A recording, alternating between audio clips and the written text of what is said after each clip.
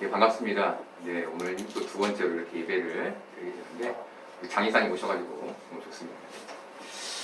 우리 지난주에 요한복음을 통해서 몸을 다 씻은 사람은 발밖에 씻을 필요가 없다라는 말씀으로 설교 말씀 봤죠. 발밖에 씻을 필요가 없다라는 의미는 예수 그리스도의 십자가의 대속을 믿음으로 말미암아 죄 씻음을 받은 사람들은 더 이상 죄로 인해 허덕이는 삶, 수고하고 무거운 짐을 진 삶이 아니라 발 씻음의 삶만이 필요하다라는 의미였습니다. 그리고 그 발 씻음이 예수님과 함께 온유와 겸손의 멍에를 매는 삶이라는 것에 대해서 우리가 보았죠. 오늘은 조금 더 구체적으로 온유와 겸손의 삶이 무엇인가? 우리가 발 씻음으로 이 땅을 살아야 되는데 그 온유와 겸손의 삶이 도대체 무엇인가에 대해서 함께 나누려고 합니다. 바울은 온유와 겸손의 멍에 이것이 무엇인지에 대해서 에베소서 4장 13절에서 이렇게 우리에게 말해줍니다. 우리가 다 하나님의 아들을 믿는 것과 아는 일에 하나가 되어 온전한 사람을 이루어 그리스도의 장성한 분량이 충만한 데까지 이르리니. 그리스도의 장성한 분량이 충만한 데, 이게 뭡니까? 온유와 겸손인 것이죠. 이 그리스도의 장성한 분량이 충만한 데까지 이르니, 이 말을 공동 번역에서 좀 더 쉽게 우리가 알아들을 수 있게 이렇게 번역해 줍니다. 마침내 우리 모두가 하나님의 아들에 대한 믿음과 지식에 있어서 하나가 되어 성숙한 인간으로서 그리스도의 완전성에 도달하게 되는 것입니다. 하나님의 아들이신 예수님을 믿는 믿음과 지식에 있어서 하나가 된다라는 건 삶에서 이 세상, 이 현실에서 그 일, 믿음을 견고히 하고 예수님을 아는 일에 힘을 써 산다라는 말입니다. 우리가 대부분 이 땅에서 살아갈 때 어디에 힘씁니까? 먹고 마시고 입는 것에 힘을 쓰죠. 그런데 바울은 그렇게 얘기하는 게 아니라 그리스도를 믿고 그리스도를 아는 일에 힘써야 한다라고 우리에게 삶의 우선순위를 정해주고 있는 겁니다. 여러분, 쉽게 말하면 예수님을 향한 삶에 마음을 쏟아, 마음을 다해 정말 그것이 전부인 줄 알고 살아가야 한다라는 말을 우리에게 해주는 거예요. 여러분, 신앙의 형식, 우리가 예배드리는 것은 신앙의 형식이죠. 이 신앙의 형식은 우리를 신앙에 붙들어 놓는, 신앙을 떠나지 않게 하는 아주 중요한 울타리가 됩니다. 그런데 우리가 지향해야 할 신앙의 삶은 그 울타리가 필요 없는 삶, 필요 없는 신앙인 것이죠. 만일에 대비해 우리가 다 울타리에 쳐놨어요, 이렇게. 하지만 딱히 그것이 없이도 내 안에 일어나는 깊고 진심 어린 마음으로 신앙의 생활을 살아내는 것. 이것이 우리가 가져야 할 성숙한 신앙이며 참 신앙이라고 말해주는 거예요. 그리고 바로 이 지점에 올바로 서 있기 위해 우리에게 필요한 것이 그리스도의 대속의 사실에 대한 친밀함과 가까운 겁니다. 지난주에 말씀드렸죠? 그렇죠?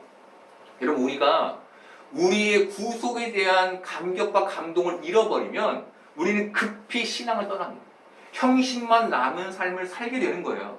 그런데 그 예수님의 대속과 구속에 가까우면, 그분과의 교제와 그분과의 친밀함이 있으면 우리가 이 신앙의 삶 안에서 성숙한 신앙의 삶을 살아낼 수 있는 겁니다. 그리고 바로 이 결과로 나타나는 게 그리스도의 완전함에, 성숙한 신앙에 이르게 되는 삶인 것이죠. 우리가 그리스도의 완전함에 이르렀다는 증거는 우리 안에서 밖으로 나타나는 온유와 겸손으로밖에 증명할 수 없는 거예요. 나 온유해, 나 겸손해, 이렇게 말만 해도 되는 게 아니라 내 삶에 나타나는 온유와 겸손으로만이 내가 진짜 그리스도의 완전함에 이르렀구나를 증명할 수 있는 거예요. 근데 많은 사람들이 알지만 증명해내지 못하는 삶을 살고 있는 거죠. 바울은 그것을 보고, 아니, 성숙한 신앙은 그것에 이르러 그 삶으로 증명하는 거야 라는 얘기를 해주는 겁니다. 예수님은 우리에게 그의 삶으로 온유와 겸손을 완벽히 증거해 내셨죠. 이처럼 우리도 이 땅에서 예수님처럼 온유와 겸손으로 우리의 신앙을 증명해 내는 삶, 이것을 하나님이 우리에게 요구하시는 거예요. 여기까지가 우리가 도달해야 할 신앙의 목적지라고 하나님이 우리에게 요구하시는 거예요. 여러분, 대단히 중요한 얘기예요. 여러분, 하나님이 우리에게 뭘 요구하신다고 생각해 본 적 있으십니까? 저는 받기만 할 줄 알았어요. 근데 그게 아니더라고요. 하나님은 주시지만 우리에게 요구하시기도 하세요. 너 그렇게 살아야 돼. 여러분, 대단히 중요한 얘기예요. 하나님이 나 기도하기 원하는 이런 얘기를 하는 게 아니에요. 예배드리기 원하시고 이런 얘기 하는 게 아니에요. 성숙한 예수 그리스도의 만큼 성장해를 요구하신다. 저는 하나님이 저에게 뭘 요구하실까를 늘 생각합니다. 왜냐면 저는 이렇게 몸이 안 좋으니까 아플 때가 많을 거 아닙니까? 아플 때가 많을 때면 늘 기도하게 되고, 기도하게 되면 도대체 하나님 또 이번에는 저한테 뭘 말씀해 주시려고, 저에게 또 뭘 요구하시기에 저에게 이렇게 어려움을 주십니까? 라고 기도합니다.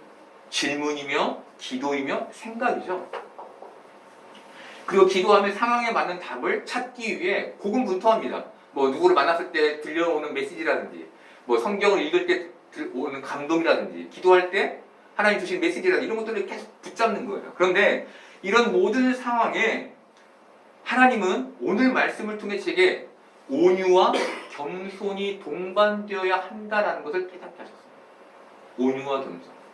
어떤 능력, 어떤 해답, 이것이 아니라 네 삶 전반에 온유와 겸손이 있어야 해를 말씀해 주신 것이죠. 저는 여러분, 이것이 저와 여러분들에게 하나님이 요구하시는 것이라고 믿습니다. 믿음을 가진 여러분과 저에게 이 현실에서 하나님이 이것을 우리에게 요구하신다고 믿습니다.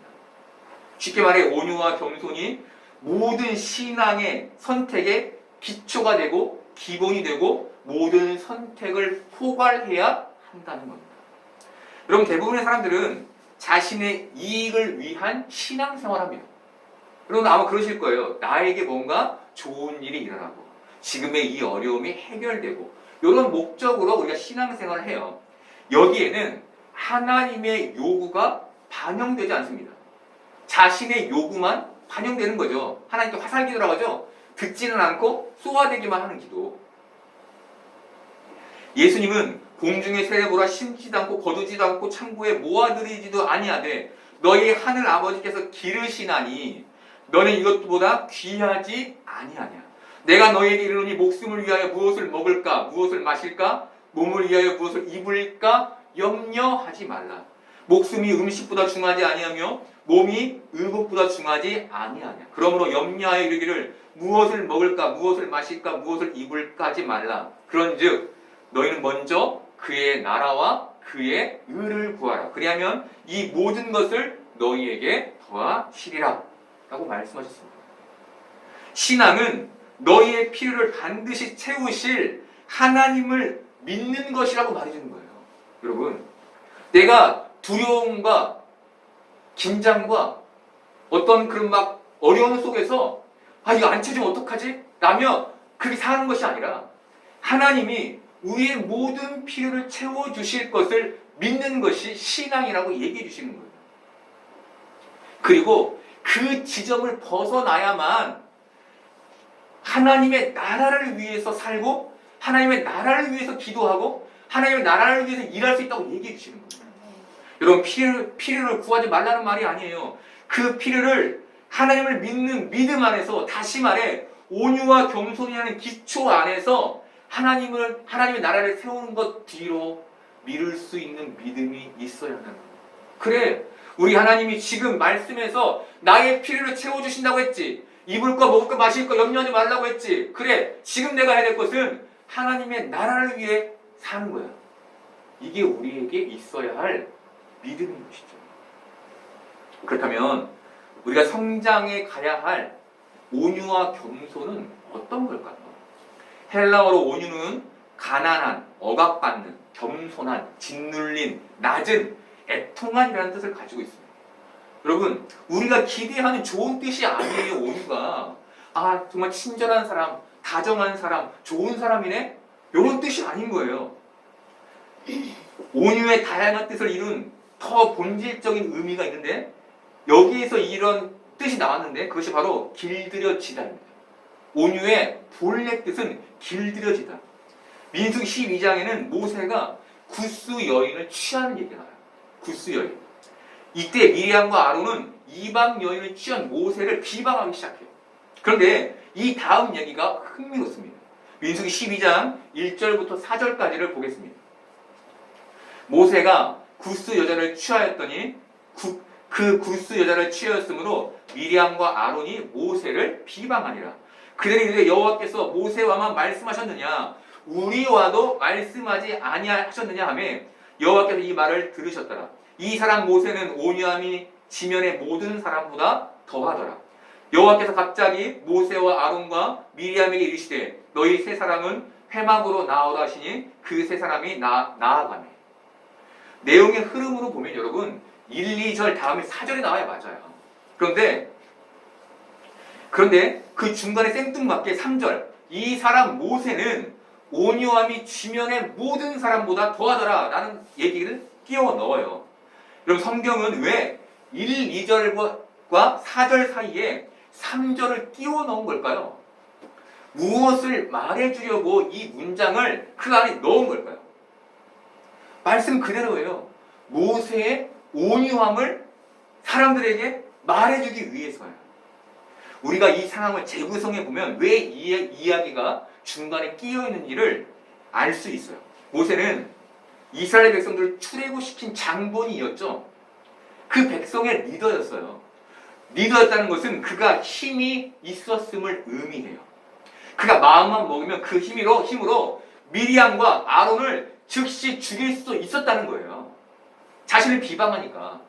그가 마음만 먹으면 못할 일이 없었다는 거예요. 그런데 모세는 아론과 미리암의 비방에도 그렇게 하지 않았어요. 왜? 왜 그렇게 하지 않았을까요? 모세의 타고난 성품, 기질이 온유해서였을까요? 아니에요. 모세가 하나님께 완전히 길들여져 있었기 때문이었어요. 그 비방에 대해 모세 스스로 판단하여 행동하지 않았다는 거예요. 그 미리암과 아론의 행동에 대해 그가 하나님의 인도를 기다렸다는 거예요. 이것이 바로 모세가 가진 온유함이었고 성경이 말해주는 온유함인 겁니다. 여러분, 이것은 아주 대단히 중요한 의미예요. 모세도 현실을 살았고 우리도 현실을 살고 있죠. 그렇죠? 우리에게 이 현실에서 우리가 어떻게 살아야 하는지를 보여주고 알려준다고요. 온유함은 여러분 타고나는 게 아닙니다. 물론 성품이 좋은 사람이 있죠. 잘 참고 인내하는 사람이 있습니다. 그런데 그것은 성경적인 온유함이 아닌 거예요.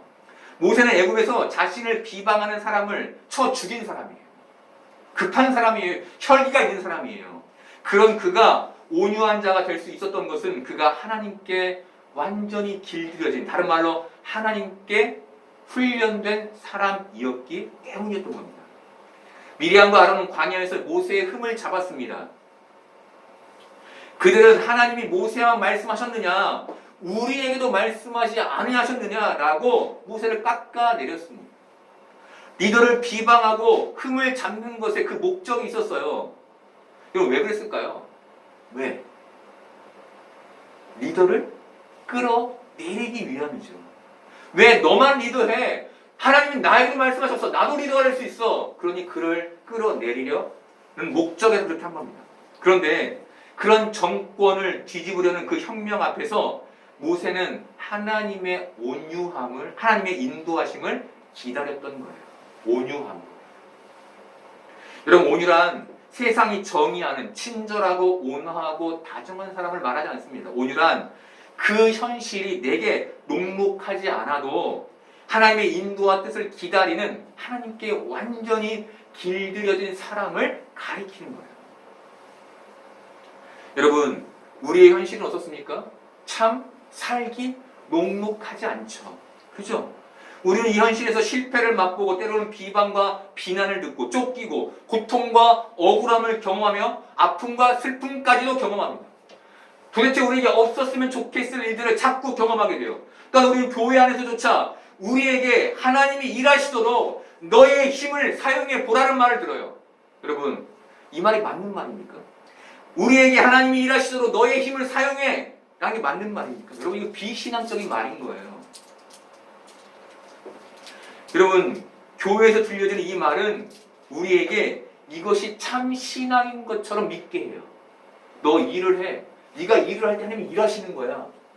여러분, 이런 얘기를 자주 들어요. 하지만 진짜 참 신앙은 하나님 앞에 서서 하나님의 인도를 기다리는 신앙인 겁니다. 하나님이 말씀하시고 이끌어가시고 붙드시고 막아주시는 일들을 기다리며 나아가는 게 진짜 참 신앙인 것이죠. 이것이 바로 하나님께 길들여진 온유인 겁니다. 바로 우리에게 이런 온유함이 어떤 모습인지 구체적으로 이렇게 설명해줘요. 로마서 12장 17절부터 21절까지를 보겠습니다. 아무에게도 악을 악으로 갚지 말고 모든 사람 앞에서 선한 일을 도모하라.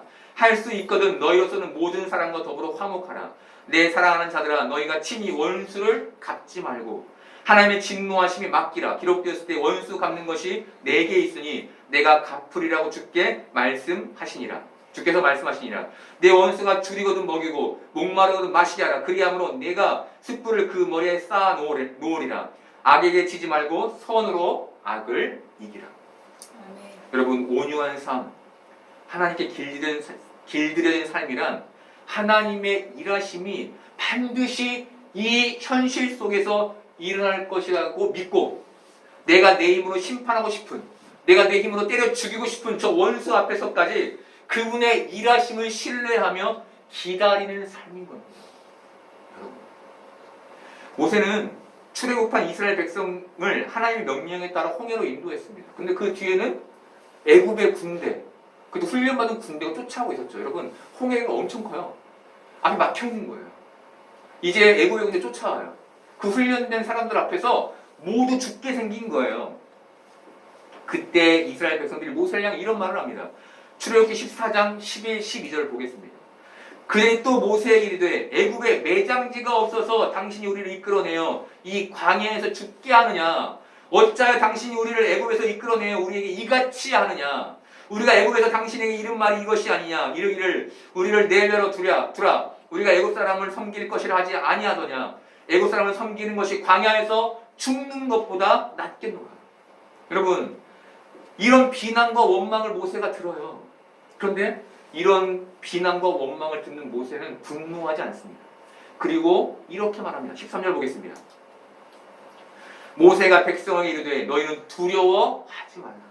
가만히 서서 여호와께서 오늘 너희를 위하여 행하시는, 여기다가 수식을 넣으면 먼저 행하시는 구원을 보라. 너희가 오늘 본 애굽 사람을 영원히 다시 보지 아니하리라. 여호와께서 너희를 위하여 싸우시니 너희는 가만히 있을지니라. 하나님은 노아에게 방주를 지켜 하셨습니다. 이때 노아의 반응에 대해 성경은 이렇게 기록합니다. 노아가 그와 같이 하여 하나님이 자기에게 명하신 대로 준행하였더라. 노아가 하나님의 말씀에 순종했다는 겁니다. 노아가 근 100년간 방주를 지을 때까지 여러분 홍수가 나지 않았어요. 사람들이 얼마나 그 노아를 조롱했겠어요. 저 미친 노인네, 비가 오는지 내 손에 잠을 지진다, 수없는 비난을 들었겠죠. 그런데 그럼에도 노아는 그 일을 계속했습니다. 노아가 어떤 사람이었던 거죠? 하나님께 길들여진 온유한 자였던 겁니다. 예수님 또한 우리를 위해 십자가에 돌아가셨죠. 예수님이 십자가 위에 있을 때 사람들은 예수님을 조롱하고 비난하고 비웃으며 침을 뱉었습니다. 그런데 예수님은 그 십자가 위에서 그분이 가지신 그 힘을 사용하지 않으세요. 그 힘을 사용하여 자신의 능력을 과시하거나 저 자신을 조롱한 사람들을 벌하지 않으십니다. 예수님이 이렇게 하지 않으신 것은 그분이 힘이 없어서가 아니라 그분이 하나님께 완전히 길들여진 온유한 자였기 때문이었던 겁니다. 여러분, 세상은 하나님도 예수님도 성령님도 믿지 않습니다.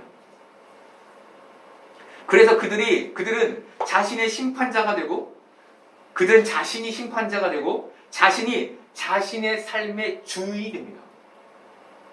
세상 사람들은 그럴 수 있습니다. 그렇죠. 하나님과 예수님과 성령을 믿지 않기 때문에.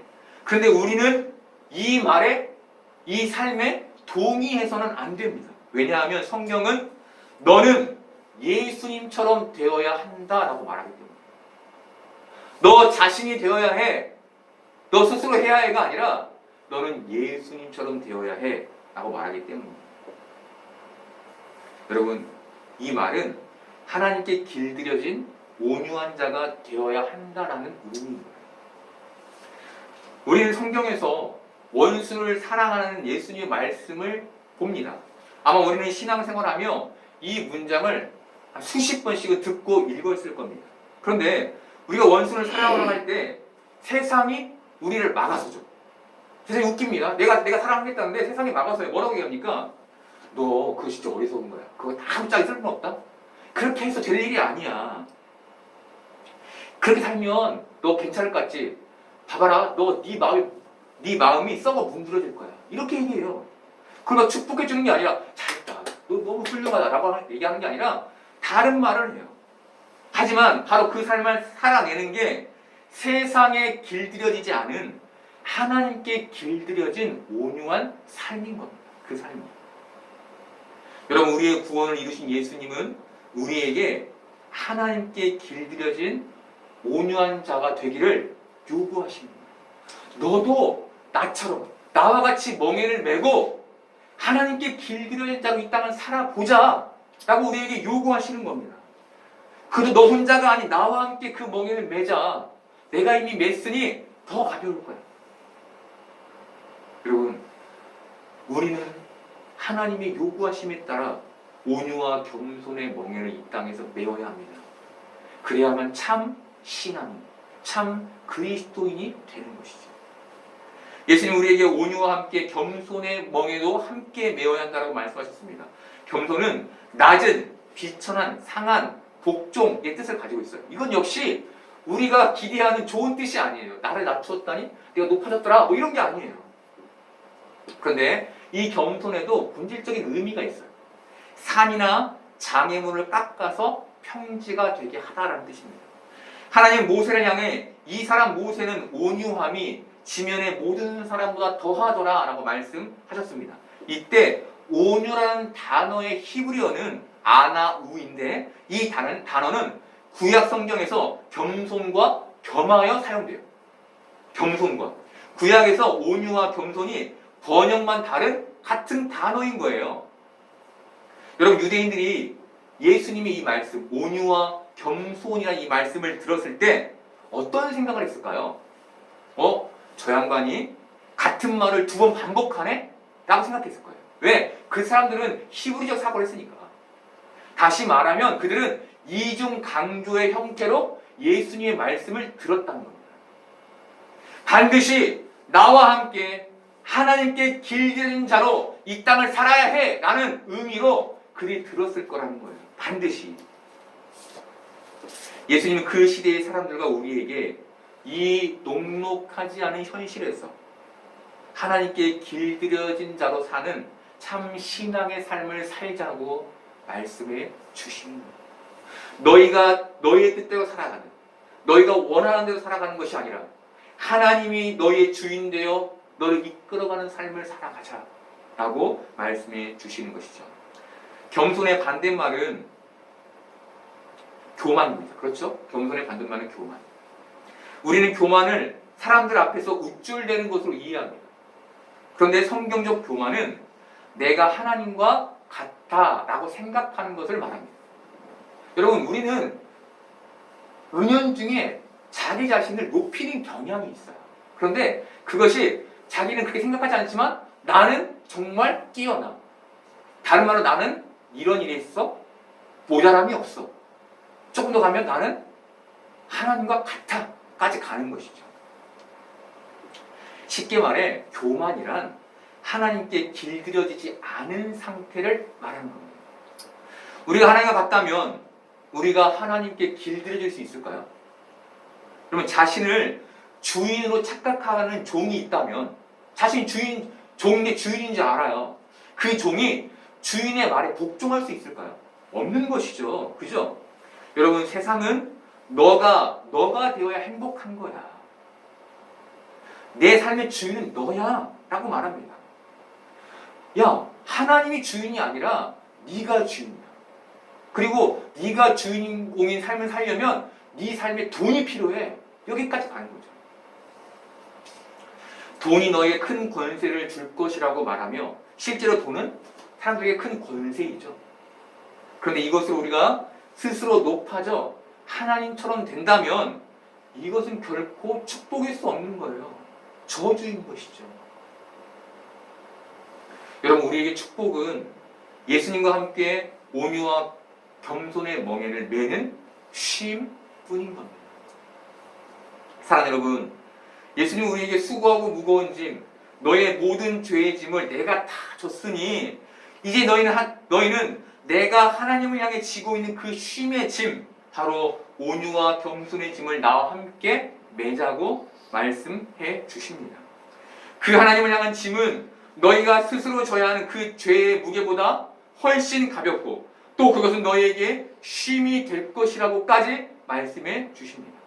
여러분, 우리의 삶은 단지 예배를 잘 드리고 기도를 열심히 하고 봉사를 열심히 하는 것에 국한되지 않습니다. 많은 사람들이 그것 하면 나 신앙생활 잘해 라고 칭찬해주고 인정해주죠. 하지만 여러분, 그건 기본인 거예요. 기본. 우리의 삶은 이 땅에서, 이 현실에서 하나님께 길들여지는 삶, 바로 어려움과 환난과 핍박과 고난과 슬픔과 좌절과 실패 속에서도 하나님의 인도하심을 믿고 의지하는 그분의 역사와 그분의 섭리와 그분의 계획에 따라 순종하며 나아가는 온유와 겸손의 삶인 겁니다. 예수님은 어떤 계명이 크냐고 묻는 율법사의 질문에 이렇게 말씀하셨습니다. 마태복음 22장 37절부터 40절까지를 보겠습니다. 예수께서 이르시되 내 마음을 다하고 목숨을 다하고 뜻을 다하여 주 너의 하나님을 사랑하라 하셨으니 이것이 크고 첫째 되는 계명이요 둘째도 그와 같으니 내 이웃을 내 자신같이 사랑하라 하셨으니 이 두 계명이 온 율법과 선지자의 강령이니라. 예수님은 하나님이 먼저이고 사람이 나중이라고 말씀하지 않으십니다. 첫째 계명과 둘째 계명을 동등하게 말씀하십니다. 바로 하나님께 나타나는 사랑이 사람에게도 나타나는 게 우리가 지켜야 할 계명이라는 것이죠. 여러분, 이것이 뭘 말해줍니까? 우리가 사람을 사랑하는 것으로 온유와 겸손을 증명해 내야 한다는 거예요. 다른 말로 사람을 사랑할 때 진짜 내가 하나님을 사랑하고 있다는 것이 증명된다는 것이죠. 모세가 하나님 앞에서 온유함으로 사람들 앞에서 온유했던 것처럼 우리도 하나님 앞에서 가진 온유와 겸손을 사람들에게 증명해내는 것, 이것이 참 신앙의 모습이며 여기에 참 쉼이 있다고 예수님이 말씀해 주시는 겁니다. 여러분, 이것이 바로 그리스도의 장성한 분량에까지 성장해 가는 모습인 거예요. 여러분, 하나님께 온전히 길들여진 사람만이 온유와 겸손할 수 있는 겁니다. 그리고 바로 여기에 우리가 정말 이 땅에서 얻고 싶은 쉼이 있는 거예요. 오늘 청소년부 설교에서 신명기의 말씀을 보았는데 신명기에 이런 말씀이 있습니다. 하나님께서 광야길을 걷는 이스라엘 백성들이 이렇게 말씀하십니다. 너희 나를 경외해. 너희 나를 사랑해. 이 율법, 이 규례를 지키면 내가 너희에게 행복을 주겠다. 여러분, 행복이 쉼이죠. 우리가 이 땅에서 그 행복을 받기 위해서 하나님께 할 수 있는 유일한 방법은 온유와 겸손함으로 이 땅을 살아가는 거예요. 하나님께 완전히 길들여진 자로 살아가는 거예요.